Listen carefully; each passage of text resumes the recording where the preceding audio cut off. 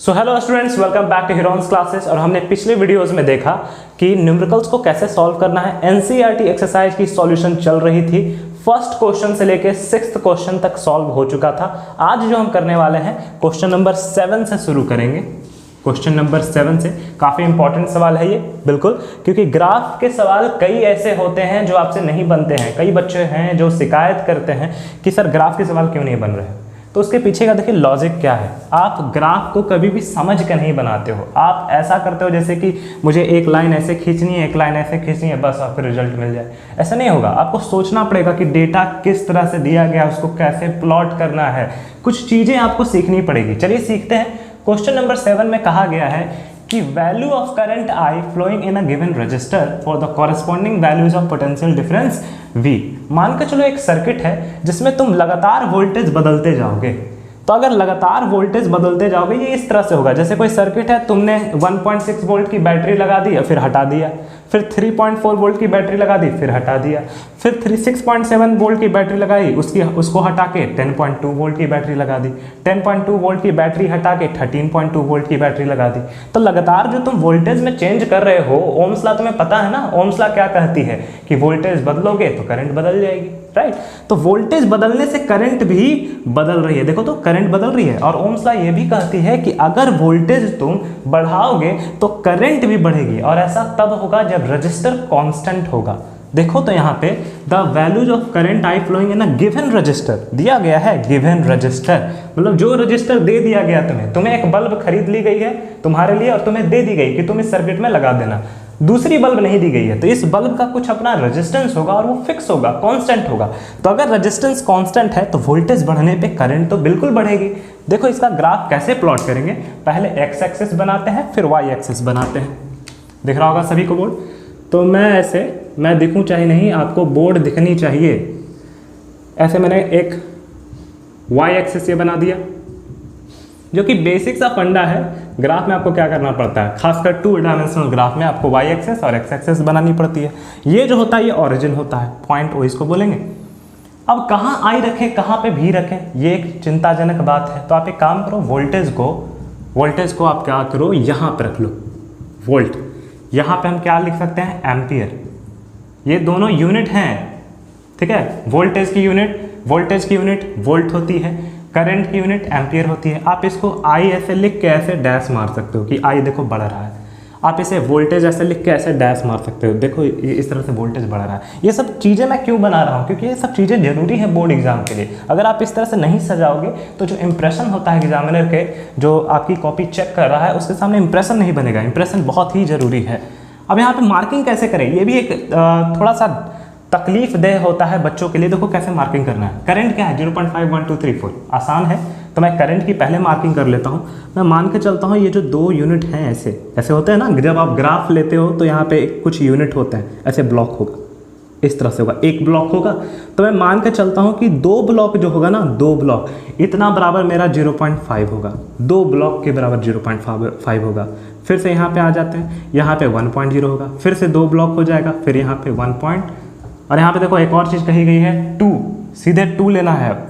तो ये शायद छोटा पड़ जाएगा। तो ये सब चीज़ें दिमाग में आपको रखनी है कि शायद ये कहीं छोटा ना पड़ जाए। तो एक काम करते हैं, इसको पहले हम यूनिट में तोड़ ही देते हैं। 1 2 3 4 5 6 7 8 9 10 11 12 और 13 मैंने यूनिट में तोड़ दिया। ये जो बक्सा होता है आपका ग्राफ का, इस तरह से मेरे पास ग्राफ नहीं है, मैं बोर्ड पे बना रहा हूँ, तो यहाँ पे थोड़ा सा इनएक्यूरेसी आएगी, फिर भी समझो इसको।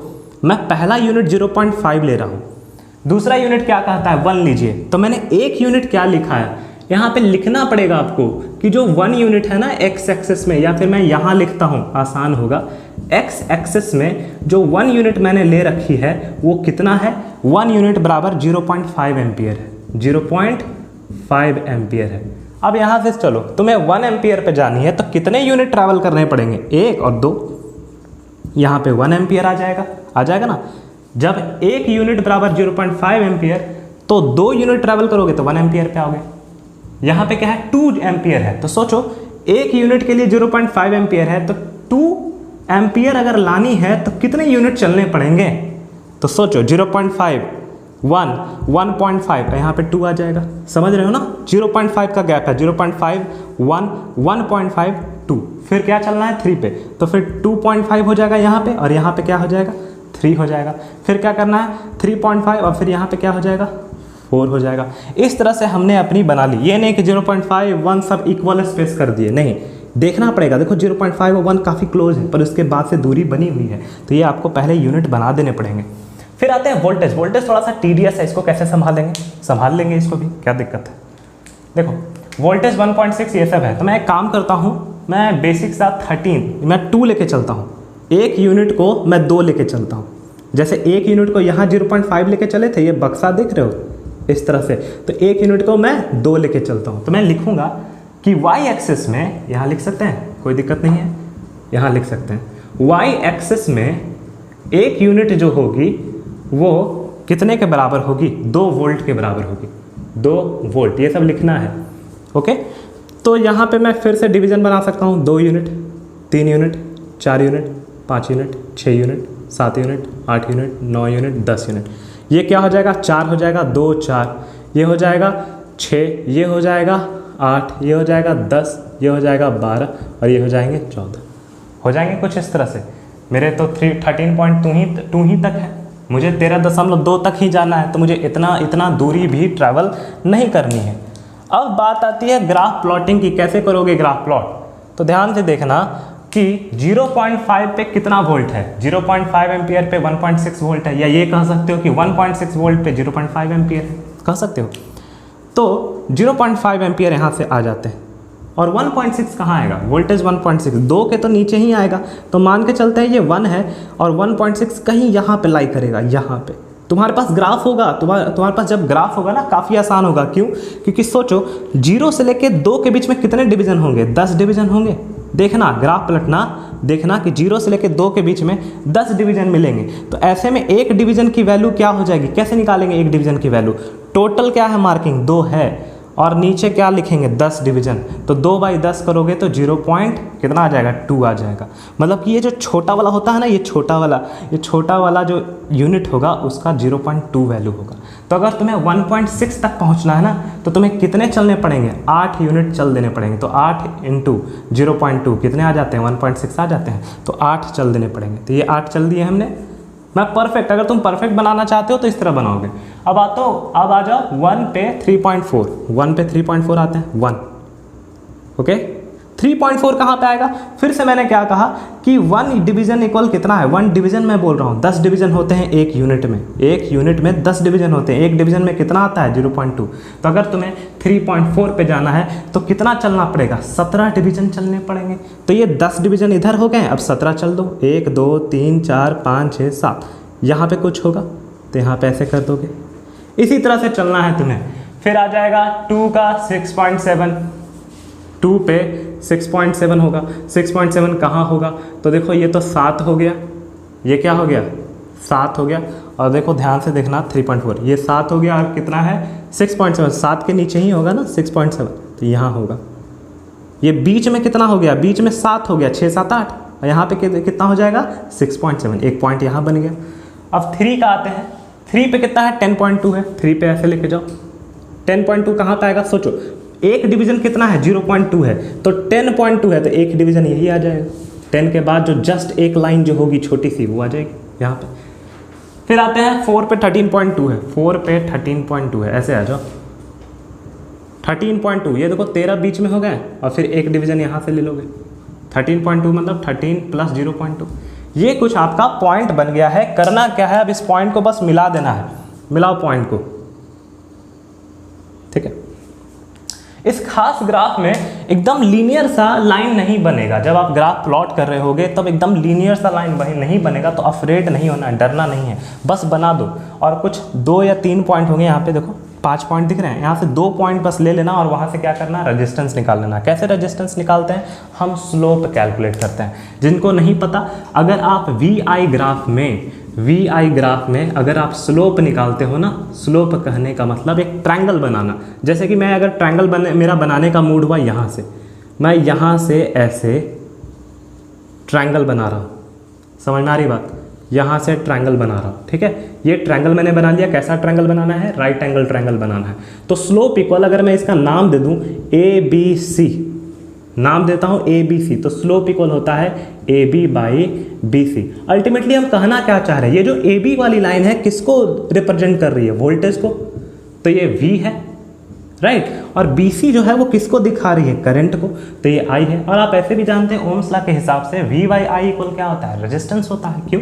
क्योंकि V इक्वल IR होगा, तो अगर R निकालना है तो R equal V by I हो जाएगा। रेजिस्टेंस ऐसे भी निकल जाएगी। तो यहाँ पे देखते हैं AB कितनी है। AB देखो, अपर लिमिट क्या है?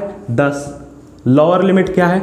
4 है ना, सॉरी 4 भी नहीं है, 10 भी नहीं, ये 10.2 था, 10.2 था ना बाबू, यहाँ पे क्या था? 10.2 था। मैंने रीडिंग वहाँ पे देखो 10.2 है, तो ये 10.2 है अपर लिमिट। लोअर लिमिट कितनी है? ये कितनी थी? देखो 3.4 थी, ठीक है, ये 3.4 थी। तो मैं क्या करूँगा? Upper limit minus lower limit minus कर दूंगा। 10.2 में से 3.4 घटाओगे तो 10.2 यहाँ पे करो, 10.2 और 3.4 घटाएंगे तो 12 में से 4 गया 8 आ जाएगा, 9 में से 3 जाएगा 6, 6.8 आ जाएंगे यहाँ पे, 6.8। BC में भी वही काम करेंगे। अपर लिमिट इसकी कितनी है? 3 है। लोअर लिमिट कितनी है इसकी? 1 है। तो यहाँ पे क्या लेंगे? 2 लेंगे। 3 में से 1 घटाओगे तो 2 होगा, 2 होगा। अगर कोई चीज़ छूट जाए तो आप पीछे रिवर्स करके देख सकते हो, बारीकी से छूटना नहीं चाहिए। ग्राफ है ये, काटेंगे तो कितना आएगा? 3.4 आएगा। अब मैंने पहले ही कहा था कि अगर आप स्लोप निकालोगे VI ग्राफ में तो तुम्हें क्या देगा? रेजिस्टेंस देगा। और रेजिस्टेंस की SI यूनिट क्या होती है? 3.4 ओम। ओम SI यूनिट है रेजिस्टेंस की। ये आ गया आपका आंसर, स्लोप इक्वल रेजिस्टेंस। कोई क्वेश्चन आपका देखो क्या है? When a 12 volt battery is connected across N unknown register. कभी भी क्वेश्चन को क्या करना है? इमेजिन करना है, कल्पना करना है कि तुम्हारे हाथ में एक सचमुच का सर्किट है, एक इलेक्ट्रिक सर्किट है जो सच की है ऐसे, और इसमें क्या की गई है? एक 12 वोल्ट की बैटरी लगा दी है, 12 वोल्ट की बैटरी लगा दी गई है, okay. Is connected across N unknown register. तुमने बाजार से कोई बल्ब खरीदा, रजिस्टर कहने वाला बल्ब हम कह सकते हैं। तुमने बाजार से एक बल्ब खरीदा, अब इसको कई लोग इस तरह से रिप्रेजेंट करेंगे तो कोई दिक्कत नहीं है, इसको आप कर सकते हैं। ये कोई रजिस्टर आपने खरीदा जिसकी वैल्यू आपको नहीं पता है, एन अननोन रजिस्टर, देखो अननोन लिखा हुआ है, नहीं पता है। There is a current of 2.5 milliampere. पर एक चीज आपको पता है कि जो पॉजिटिव टर्मिनल से जो करंट निकल रही है ना, वो कितनी है? 2.5 मिली एम्पियर है। पंगा कहाँ पे होता है कि सर ये मिली एम्पियर क्या है? आप तो 2.5 वैल्यू लेके बना दोगे, आंसर गलत आ जाएगा। क्या करना है? मिली एम्पियर को पहले चेंज करना है। आप ये पहले डिसीजन लेते हो कि जो भी आपकी यूनिट्स हैं वो SI यूनिट में हैं कि नहीं। SI यूनिट में करना जरूरी है, इसको SI यूनिट में करते हैं। 2.5 मिली एम्पियर को हम लिख सकते हैं 2.5 इंटू 10⁻³ एम्पियर। ऐसा क्यों हुआ? क्योंकि हम जानते हैं, और अगर आप नहीं भी जानते हैं तो इस चीज़ को नोट कर लेना कि 1 मिली एम्पियर इक्वल होता है 1 इंटू 10⁻³ एम्पियर। फिर एक और चीज़ नोट जरूर कर लेना, इसके साथ साथ कई ऐसे क्वेश्चन आते हैं जिसमें माइक्रो एम्पियर का जिक्र होता है, माइक्रो एम्पियर, तो वहाँ पे क्या हो जाएगा? 1 इंटू 10⁻⁻6 एम्पियर। बस इसको नोट कर लेना, ये हमारी करंट की वैल्यू होगी। क्या निकाला जाना है? रेजिस्टेंस निकाला जाना है, ओके। तो यहाँ पे क्या करेंगे हम? Find out the value of the resistance. सीधे ओम्स लॉ लगाएंगे। V इक्वल IR, मेरे पास है V इक्वल IR। वोल्टेज कितनी है? 12, रखो 12 यहाँ पे। करंट कितना है? 2.5 इंटू 10⁻³ रेजिस्टेंस तो नहीं पता है, यहाँ पे लिखते हैं रेजिस्टेंस ऐसे, ठीक है। अगर रेजिस्टेंस को निकालना है तो रेजिस्टेंस को अकेला छोड़ो। कई बच्चे यहाँ पे भी गड़बड़ा जाते हैं, रेजिस्टेंस को अगर निकालना है तो इसको अकेला छोड़ो, और जो इसके साथ गुना में था वो इधर भागा में चला जाएगा। कई बच्चे बोल रहे होंगे सर इतना बच्चा थोड़ी है, लेकिन फिर भी जो बच्चे गलती करते हैं वो सीख लीजिए यहाँ से। तो 12 बाई 2.5 इंटू 10⁻³ हो गया। सोचो इस पॉइंट को उठाया जाए तो ये ऐसे 0 बैठेगा यहाँ पे। ये 10⁻³ अगर ऊपर ले जाओगे तो इसी चीज़ को ऐसे लिख सकते हैं 120 इंटू 10⁻³ माइनस पावर ऊपर जाएगा तो प्लस पावर हो जाएगा, और यहाँ पे क्या है? 25। देखो तो ये 25 से कटेगा क्या? लगता तो नहीं कटेगा। तो कुछ और करते हैं, ये कटेगा 5×5 = 20, 5×5 = 25 कटेगा, और ये कटेगा 25, 20 × 5 = 100, 24 × 5 = 120 कटेगा, राइट। अब क्या बच गए? 24/5 बच गए, 24/5 काटो, 5×5 20 होता है, 5×5 20 होता है, और फिर 0.8 8 पंचे 40 होता है, तो 4.8 इंटू 10⁻³ रेजिस्टेंस की यूनिट क्या होती है? ओम होती है। अब आपका ये जो हो गया, ये किसका आंसर हो गया? रेजिस्टेंस का। रेजिस्टेंस आपकी आ चुकी है, which is R is nothing but 4.8 into 10⁻³ ओम। लिखने का और क्या तरीका हो सकता है? तो एक और चीज़ जानना कि 1 किलो ओम इक्वल 1000 ओम होता है ना। इसी चीज़ को हम पॉइंट ऐसे उड़ाओगे, 10 आएगा नीचे, 10 से एक पावर इधर कट जाएगा, फिर ये 4800 ओम हो जाएंगे। इसको कैलकुलेट करके देखना, ये 4800 ओम हो जाएंगे। इसी को आप 4.8 किलो ओम लिख सकते हो क्या? बिल्कुल लिख सकते हैं। तो R इक्वल आप कैसे भी एक्सप्रेस कर सकते हो। आप ऐसे एक्सप्रेस कर सकते हो जो आपने शुरू में किया था, कितना था? 4.8 इंटू 3 ओम। अगर आप ऐसे एक्सप्रेस करना चाहते हो किलो ओम में, तो आप ऐसे भी कर सकते हो, आपकी मर्जी, जैसे एक्सप्रेस करना है करो। आगे बढ़ते हैं। तो ये देखिए क्वेश्चन नंबर 9 है आपका। देखो इसमें सिंपल सा है, लिखा हुआ है कि एक बैटरी है 9 वोल्ट की, जिसको सीरीज में कनेक्ट किया गया है किनके साथ? रजिस्टर्स के साथ। कितने रजिस्टर हैं? गिन लो, देखो कितने हैं। 1 रजिस्टर हैं, 2 रजिस्टर, 3 रजिस्टर, 4 रजिस्टर, 5 रजिस्टर है। 5 रजिस्टर के साथ बैटरी को भी सीरीज में कनेक्ट कर दिया जाता है। तो अगर आपका सर्किट डायग्राम पे अभी तक कमांड नहीं बैठा है, आप दिमाग में नहीं सोच सकते हो, तो इसको बनाना शुरू कर दो। कैसे बनाएंगे? देखो सर्किट में बना रहा हूँ। कितने रजिस्टर हैं? पहले रजिस्टर दे देता हूँ। 5 रजिस्टर हैं, तो 1 हो गए, 2 हो गए, 3 हो गए, 4 और 1 5 रजिस्टर हैं। साथ साथ ये भी कहा गया है कि बैटरी को भी क्या किया गया है? जो यहाँ पे बैटरी है 9 वोल्ट की, इसको भी सीरीज में ही कनेक्ट किया गया है। तो इसका मतलब क्या हुआ? मतलब कुछ नहीं हुआ इसका। आप इसको ऐसे भी बना सकते हो, देखो तो ये भी तो सीरीज में होगा ना। ये बैटरी क्या है? इन रजिस्टर्स के साथ सीरीज में है। क्यों? क्योंकि ये एक ही वायर में है। एक ही वायर में ये 5 रजिस्टर और ये बैटरी भी आ रही है। तो अगर एक ही वायर में इक्विपमेंट्स होते हैं तो उनको सीरीज में हम कहते हैं। तो ये आपका कंप्लीट सर्किट हो गया, जिसमें ये 9 वोल्ट की है। मैं रेजिस्टेंस के वैल्यू लिख देता हूँ, 0.2, 0.3, 0.4, 0.5 एंड देन फाइनली 12 ओम। क्या पूछा गया है? How much current would flow through the 12 ohm resistor. पूरे सर्किट के बारे में आपसे नहीं पूछा गया है, आपसे पूछा गया है कि यहाँ पर करंट कितना होगा, ये बताइए आप। कुछ बेसिक सा प्रिंसिपल मैं आपको बता देता हूँ। जब हम सीरीज कॉम्बिनेशन की बात करते हैं ना, यहाँ पे सारे रजिस्टर किस कॉम्बिनेशन में है? सीरीज में, राइट? सीरीज में। जब हम सीरीज कॉम्बिनेशन की बात करते हैं तो वोल्टेज जो होता है, वोल्टेज ये क्या करता है? ये ब्रेक होता है, कह सकते हो वोल्टेज डिवाइड हो जाता है। सारे रजिस्टर के बीच में वोल्टेज डिवाइड, जैसे कि ये सभी भाई हैं तो संपत्ति का बंटवारा सब में होगा। मान के चलो ये संपत्ति है किसी घर की, 9000 रुपये हैं, ये 9000 का बंटवारा सब में होगा। जो ज़्यादा शक्तिशाली होगा उनको ज़्यादा मिल जाएगा। ये पुराने तौर तरीके। यहाँ पे सबसे ज़्यादा क्या कह सकते हैं? वोल्टेज यहाँ पे सबसे ज़्यादा होगा। जो 12 यहाँ पे दिख रहा है ना, यहाँ पे वोल्टेज सबसे ज़्यादा होगा। समझ में आ रही बात?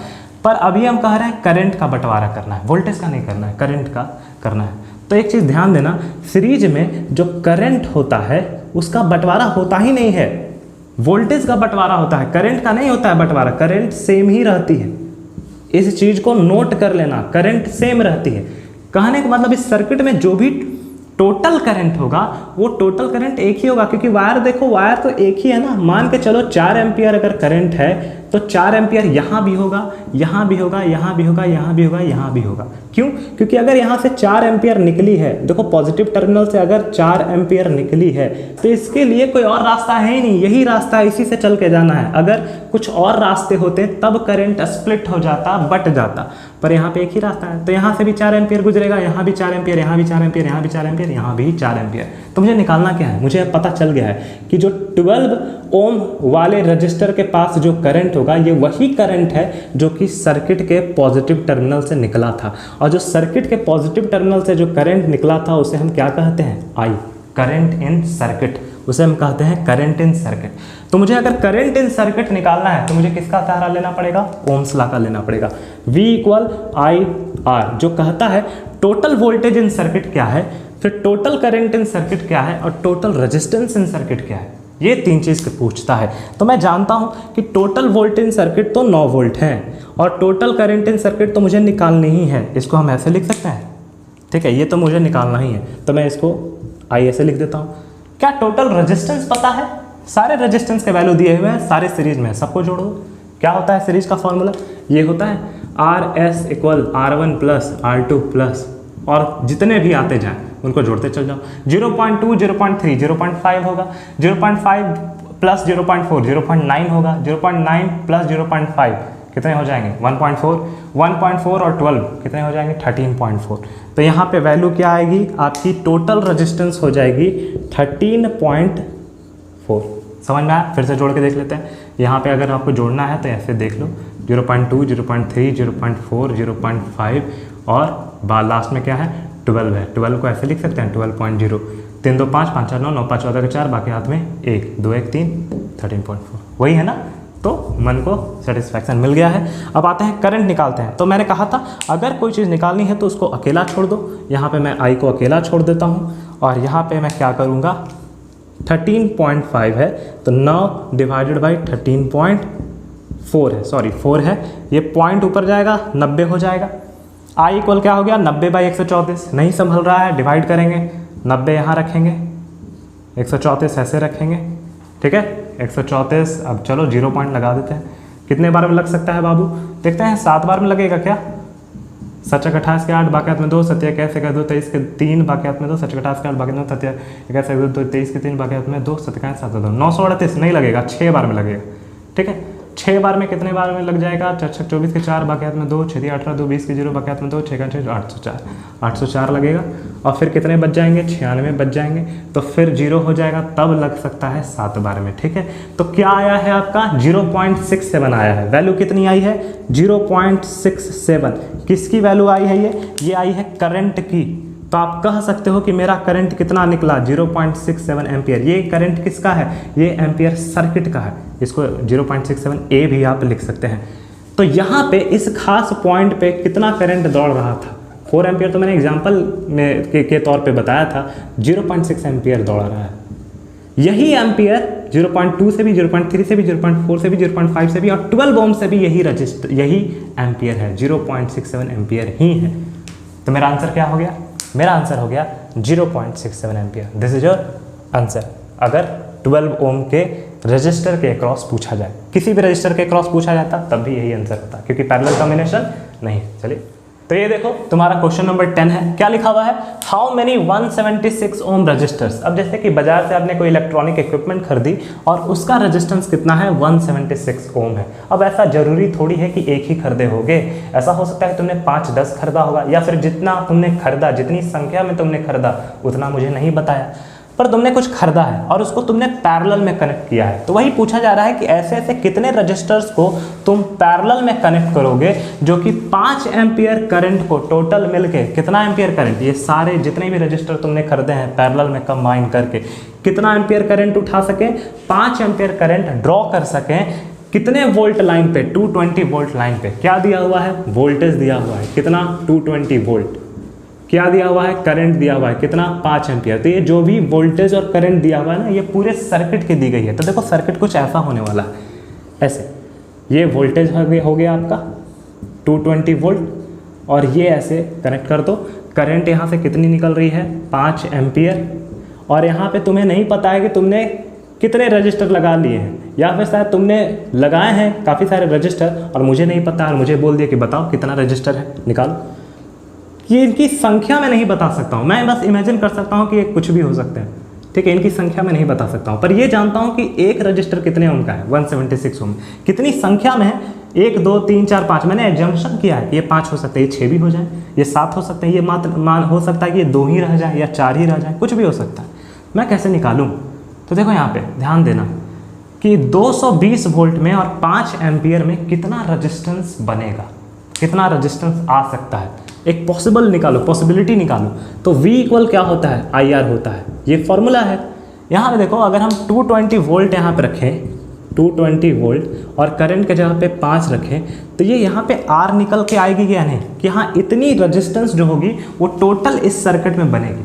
क्यों, क्योंकि पैरेलल भी जब रेजिस्टेंस होती है तो तुम इसे कंबाइन करके इक्विवेलेंट निकालते हो कि नहीं, equivalent. R E Q equal क्या होता है, देखो फॉर्मूला हमने जाना था ना, R E Q equal 1/R1 plus 1/R2 plus dot dot dot 1/Rn होता है ना, ये फॉर्मूला होता था पैरेलल कॉम्बिनेशन का, आज भी है।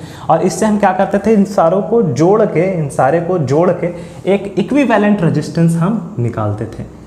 तो वही इक्विवेलेंट जो रेजिस्टेंस है ये दर्शाएगा, ये क्या दर्शाएगा, इक्विवेलेंट रेजिस्टेंस इस सर्किट का। निकालो, क्या करेंगे, इक्विवेलेंट रेजिस्टेंस निकालना है तो इक्वल 220/5 हो जाएगा, यहाँ पे 220/5, पंचक 20 हो जाएंगे, फिर पंचक 20 हो जाएंगे, मतलब कि कितना आया, 44 आया, रेजिस्टेंस 44 आया, 44 ओम लिख दो यहाँ पे, इक्विवेलेंट रेजिस्टेंस 44 ओम।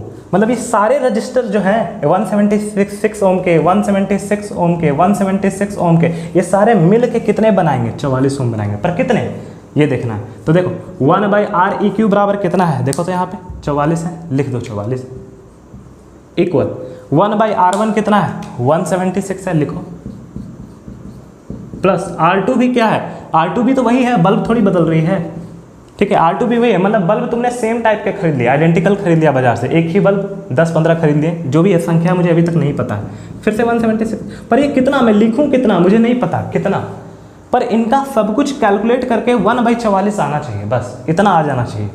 तो आप बचपन में एक बनाते होगे कि मान लिया जाए आपको 10 रुपये मिले, एक केस में ले रहा हूँ, आपको 10 रुपये मिले और 2 रुपये की एक टॉफ़ी मिल रही है, टॉफ़ी का दाम कितना है, 2 रुपये है, तो कितनी टॉफ़ी आ जाएगी। तो तुम कैसे करते थे, तुम ऐसे कर लेते थे, अच्छा 2 रुपये की मिल रही है तो 2 2 2 2 5 बार अगर करेंगे तो 10 आ जाएगा, और नहीं तो और थोड़ा सा जब बड़े हुए तो तुम्हें ये भी समझ में आ गया कि ऐसे क्या करना, पहले तो तुम ऐसे करते हो 2 + 2 + 2 तो 2 2 4 2 6 2 8 2 10, अब 10 रुपया खपत हो जाएंगे। पर अब जब तुम बड़े हो गए तो तुमने ऐसे करना सीख लिया, 2 × 5 करना सीख लिया, तो 2 × 5 = 10। तो ये नंबर ऑफ टॉफ़ीज़ हैं कि तुमने 5 खरीदी और ये रेट है कि 2 रुपये की एक टॉफ़ी थी। तो क्या तुम्हें यहाँ पे नंबर ऑफ बल्ब्स पता है क्या, नहीं पता है, यही तो निकालना है। तो क्या करेंगे हम करेंगे वही वाली n लगाएंगे यहाँ पे, तो 1/44 इक्वल यहाँ पे क्या करेंगे 1/76, ये क्या है, रेट है तुम्हारा, कितना रजिस्टर है, कितने सारे रजिस्टर है नहीं पता, तो इंटू n कर देंगे, number of resistance, number of register नहीं पता, n कर दिए, पहले पता था कि टॉफ़ियाँ 5 थी तो इंटू 5 कर दिया था, अब नहीं पता तो n कर देंगे। जैसे कि एक सिंपल एग्जांपल 10 रुपये दिए गए हैं, कितनी टॉफ़ियाँ होंगी, अगर 2 रुपये की एक टॉफ़ी है तो यहाँ पे अगर n कर दोगे तो n इक्वल देखो तो निकल जाएगी कि नहीं, 10/2 5 आ जाएगी, 5 टॉफ़ी। तो इसी तरह से यहाँ पे भी करेंगे, n निकालना है, बस फोकस ये रखना कि n निकालना है। n निकालोगे तो 176 इधर गुना में आएगा, क्या 176 इधर गुना में, तो n इक्वल 176 ये गुना में आएगा, नीचे क्या आएगा 44, देखो तो 44 4 जा होना चाहिए, 176 होता है ना, तो n की वैल्यू क्या आ गई 4, मतलब कि n हम क्या निकालने वाले थे, नंबर ऑफ रजिस्टर, इसको हम कहेंगे नंबर ऑफ रजिस्टर। कितने हो गए नंबर ऑफ रजिस्टर, वहाँ से आया ना 4, तो ऐसे ऐसे कितने रजिस्टर लगाने पड़ेंगे, 4 लगाने पड़ेंगे, 1 2 3 4, ये हो गया आपका आंसर। क्लियर है। तो ये रहा आपका 11th क्वेश्चन, लिखा हुआ है show how would you connect 3 register. आपके पास 3 रजिस्टर हैं, कितने कितने हैं, 6 ओम के ही हैं तीनों रजिस्टर। ऐसे ले लो, बाजार से आपने 3 रजिस्टर खरीदे, 6 ओम 6 ओम 6 ओम। अब इसको आप जैसे भी कनेक्ट कर सकते हो, बस रिजल्ट क्या आना चाहिए, 9 ओम आना चाहिए, और दूसरा रिजल्ट क्या आना चाहिए, 4 ओम आना चाहिए। तो 2 तरीके के कॉम्बिनेशन हो सकते हैं। तो कैसे कॉम्बिनेशन करना है कि 9 ओम आ जाए। क्या करेंगे हम इसमें, अगर हम तीनों को जोड़ देते हैं, सीरीज में करते हैं, तीनों को ऐसे कर देते हैं इस तरह से। देखो मैं ये भी आपको बताऊंगा कि कैसे नहीं करना है, कैसे करना है ये तो आप कहीं भी सॉल्यूशन देख लोगे, PDF फाइल आपको मिल जाएगी, या फिर आप गूगल क्रोम पे कर सकते हो, कहीं भी आपको वेब पे मिल जाएगी। क्या नहीं करना है आप यहाँ से सीख के जाओगे। अगर आप सीरीज में कनेक्ट करोगे तो 6 6 6 18 ओम हो जाएंगे ना, जो कि रिजल्ट नहीं आएगा। अगर इन तीनों को पैरेलल में कर दोगे, इस तरह से पैरेलल में कर दोगे, तो ये हो जाएंगे 1/6 + 1/6 + 1/6, और फिर आ जाएगा 6 LCM 1 + 1 + 1 3/6, ये आ जाएंगे 1/2, जो कि पलट जाता है पैरेलल के केस में। तो RP क्या आ जाएगा 2 ओम, जो कि नहीं लाना है। तो मैंने एक चीज़ तो साफ समझ ली कि ना इसको टोटल सीरीज में करना है, ना इसको टोटल पैरेलल में करना है। मुझे क्या करना पड़ेगा, हाइब्रिड कनेक्शन करना पड़ेगा, ऐसा कनेक्शन जिसमें सीरीज भी हो और पैरेलल भी हो। देखो क्या दिमाग लगाना है, बस ट्रायल एंड एरर करना है। अगर लग जाए तरीका तो आंसर आ जाएगा। मैं क्या करता हूँ, ऐसे एक रजिस्टर ले लेता हूँ 6 ओम का, और फिर यहाँ से डिवाइड कर देता हूँ, यहाँ से रास्ते बदल देता हूँ। समझ में आ रही है। अब ऐसे मैंने कर दिया, ये पोटेंशियल्स होंगे इसके, ऐसे पोटेंशियल्स होंगे, ये 6 ओम हो जाएंगे, ये 6 ओम हो जाएंगे। अब ये और ये पैरेलल में हो गया। देखो तो करंट अगर यहाँ से चल रही होगी तो करंट बदल गई, टूट गई, करंट टूट गई, तो ये दोनों रजिस्टर में टूटे टूटे करंट मिल रहे हैं, टूटे टूटे करंट मिल रहे हैं, मतलब कि पैरेलल है। पैरेलल करो, 1/6 प्लस 1/6, 1/RP निकालने चले हो तो कितना आएगा, 6 आएगा। एलसीएम 1 + 1 हो जाएगा 2/6, क्या हो जाएगा 1/3। क्या करना पड़ता है पैरेलल में, पलट देना पड़ता है, पलटोगे तो क्या आ जाएगा, RP = 3 ओम। समझ में आया? कहने का मतलब अगर ये जो आपका जो यहाँ पे बना हुआ है ये सर्किट इस तरह का, अगर इसको सॉल्व कर दोगे तो 3 ओम आने हैं। तो इसी डायग्राम को मैं अगर ऐसे बनाता हूँ यहाँ पे सिंप्लीफाई करके, तो ये देखो 6 ओम पहले वाला और इसको सॉल्व करके क्या आया, 3 ओम। अब बताओ ये 6 ओम और 3 ओम, 6 ओम और 3 ओम मिलेंगे, सीरीज में है, तो सीरीज में क्या हो जाता है, 6 + 3 सीधे जुड़ जाता है, 9 ओम आ जाएंगे। एक का आंसर तो आ गया। कैसे करना है आपने देखा, 6 ओम को इधर रखना है और 6 ओम को ऐसे कनेक्ट कर देना है, दो को पैरेलल में, पैरेलल होकर जो आएगा उसको 6 ओम के साथ वो खुद सीरीज में हो जाएगा। आ जाएगा आंसर आपका, ये 9 ओम आ गया, 6 + 3 9 ओम। अब आते हैं 4 ओम कैसे करना है, ये भी देख लो। अगर वीडियो पसंद आ रही है बाबू तो लाइक कर दो और चैनल को सब्सक्राइब करना ना भूलना और शेयर जरूर करते रहना। चलिए देखते हैं, यहाँ पे देखते हैं 4 ओम कैसे आएगा, देखते हैं। ये भी 4 ओम लाने के लिए कुछ उल्टा करते हैं, एक काम करते हैं, ऐसे ऐसे मैं ले लेता हूँ एक रजिस्टर और फिर से एक और रजिस्टर ऐसे ले लेता हूँ। ये भी 6 ओम का है, ये भी 6 ओम का है, और फिर ऐसे नीचे इसको गिरा देता हूँ और यहाँ से एक और वायर ले लेता हूँ और ये 6 ओम का हो गया। ये क्या बना रहा हूँ मैं, तो एक काम करो और देखो, इसको फिर से नीचे गिरा देता हूँ, गिरा सकते हैं ऐसे, और इसको बैटरी से कनेक्ट कर देते हैं, यह सेल, ये वोल्टेज है। अब देखो यहाँ से जब करंट ऐसे आएगी, ध्यान देना, यहाँ से करंट ऐसे आएगी तो एक करंट इधर चली जाएगी, एक करंट इधर चली जाएगी। ये करंट इन दोनों में सेम मिलेगा, सेम वायर है, तो यहाँ जो करंट मिलेगा, मान के चलो ये I था और ये I1 हो गया और ये I2 हो गया, तो अगर यहाँ I2 होगा तो यहाँ भी I2 होगा, मतलब कि दोनों में सेम करंट फ्लो हो रहा है, तो ये दोनों सीरीज में हो जाएंगे। और यहाँ पे I1 है तो यहाँ और यहाँ करंट अलग अलग है, तो ये दोनों पैरेलल में हो जाएंगे। पहले सीरीज वाला, जब भी देखो सर्किट, पहले सीरीज वाला का काम तमाम करो। 6 ओम और 6 ओम जब जुड़ जाएंगे, तो RS = क्या होगा, R1 + R2, सिंपल सा है। 6 + 6 कितने हो जाएंगे, 12 ओम हो जाएंगे। इसी सर्किट को सिंप्लीफाई करके अगर ऊपर मैं बनाता हूँ तो ये कुछ इस तरह का बनेगा। सिंप्लीफाई करके देखो, ये आपके 6 ओम और 6 ओम 12 ओम हो गए, और नीचे कितने हैं, 6 ओम हो गए, और यहाँ पे बैटरी आपने लगाई थी, ठीक है। अब देखो ये 6 ओम और 12 ओम फिर से क्या हो गया, पैरेलल में हो गया, क्योंकि करंट तो बट गया था, यहाँ I1 था, यहाँ I2 था ना, यहाँ पे पैरेलल हो जाएगा। तो पैरेलल करो, RP 1/RP, हमेशा 1/RP होता है। 1/RP क्या होगा, 1/R1 + 1/R2 होगा। क्या है, R1 12 है, R2 क्या है, मेरे हिसाब से 6 है। एलसीएम लोगे कितना आएगा, 12 6 का एलसीएम 12 आता है, 12 का 12 हो जाएगा, 6 दूने 12 हो जाएगा, 3/12 हो जाएगा, फिर 1/4 हो जाएगा। ये क्या निकला, ये 1/RP निकला। मुझे क्या करना है, मुझे RP निकालना है, तो इसको पलट देंगे तो RP कितने आ जाएंगे, 4 ओम आ जाएंगे। क्या ये इससे मैच नहीं कर रहा है? तो दोनों तरीके आपने देख लिए, कैसे 9 ओम लाना है, कैसे 4 ओम लाना है। हाइब्रिड कनेक्शन करके सीधे पैरेलल सीधे सीरीज नहीं चलेगा। क्यों नहीं चलेगा, दिखा दिया मैंने। आगे बढ़ते हैं। तो ये है आपका, देखो 12th क्वेश्चन, क्या लिखा हुआ है, several electric bulbs design to be used on 220 volt. कुछ ऐसे इलेक्ट्रिक बल्ब्स बनाए गए हैं जो कि डिजाइंड है 220 वोल्ट पे चलने के, मतलब 220 वोल्ट पे आराम से काम करेंगी। कितनी वाट कंजम्पशन है इसकी, 10 वाट है। कुछ ऐसा बल्ब है, ऐसे मैं बल्ब एक ले लेता हूँ, जिसको क्या फिजिक्स की भाषा में आप क्या कह सकते हो, रजिस्टर कह सकते हैं। फिजिक्स की भाषा में इसको रजिस्टर भी कहा जा सकता है, जिसकी कुछ रेजिस्टेंस R होती है। क्या यहाँ कहीं भी रेजिस्टेंस के बारे में मेंशन है? एक ऐसा क्वेश्चन हमने पिछले बार किया था जहाँ पे रेजिस्टेंस पता थी 176 ओम, पर यहाँ पे ऐसी कोई डेटा नहीं है। मुझे रेजिस्टेंस नहीं पता है, मैं इसको R मान लेता हूँ। ये लैंप और रजिस्टर में क्या फ़र्क है, कुछ नहीं। तो ये लैंप भी कह सकते हो इसको, या फिर तुम बल्ब कहो, और नहीं तो फिर इसको क्या कह सकते हैं, रजिस्टर कह सकते हैं। इसकी क्या स्पेसिफिकेशन है, जरा ध्यान से देखना। कहा गया है इसके बारे में कि ये 220 वोल्ट पे चल सकती है आराम से, और कितना पावर उठाएगी, ये उठाएगी 10 वाट। पर इसकी रेजिस्टेंस नहीं मालूम है, बाद में दिक्कत करेगी। रेजिस्टेंस जब नहीं मालूम होगी ना तो दिक्कत करेगी। कैसे, हम बाद में बताएंगे कैसे दिक्कत करेगी। आते हैं पहले आगे बनाते हैं।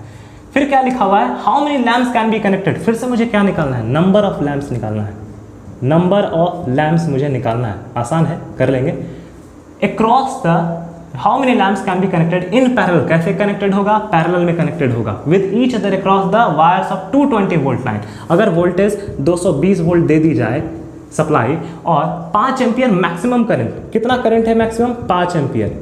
तो सोचो एक ऐसा सर्किट जिसमें 220 वोल्ट मैक्सिमम दिया जाता है, करंट 5 एम्पियर मैक्सिमम दिया जाता है, तो वहाँ पे रेजिस्टेंस की भी तो अपनी क्षमता होगी ना कि हाँ इतना ही रेजिस्टेंस बियरेबल होगा, इतना ही रेजिस्टेंस क्रिएट हो सकता है, इतना ही रेजिस्टेंस अफोर्ड हो सकता है। वो जो रेजिस्टेंस निकलेगा वो रेजिस्टेंस इन सर्किट होगा, उसी को हम क्या बोलते हैं, इक्विवेलेंट रेजिस्टेंस, जिसको हम टोटल रेजिस्टेंस के भी नाम से जानते हैं। इसको हम कैसे निकालेंगे, तो ओम्स लॉ क्या कहता है, V = IR। ये लगाइए, आपको क्या मिल जाएगा, टोटल रेजिस्टेंस मिल जाएगा। R इक्वल क्या हो जाएगा, V/I हो जाएगा। V कितना है, 220 वोल्ट है, करंट कितना है, 5 है, काटो कितने आ जाएंगे, 44 एम्पियर आ जाएंगे। सॉरी रेजिस्टेंस निकाल रहे थे तो ओम आएगा, ठीक है। तो इक्विवेलेंट रेजिस्टेंस 44 ओम आ गया, मतलब पूरे सर्किट का रेजिस्टेंस 44 ओम है। और लैंप कैसे हैं, ऐसे ऐसे लैंप कई सारे हैं और सबको क्या किया गया है, पैरेलली कनेक्ट किया गया है और हर एक लैंप की रेजिस्टेंस R है। तो ऐसे मान के चलते हैं, फॉर्मूला मेरा ये कहता है कि 1/R इक्वल क्या होता है, 1/R1 प्लस 1/R2 प्लस, और फिर ऐसे ऐसे करते चल जाओ और Rn तक चले जाओ। 1/Req कितना निकाल के बैठे हो, 44 निकाल के बैठे हो।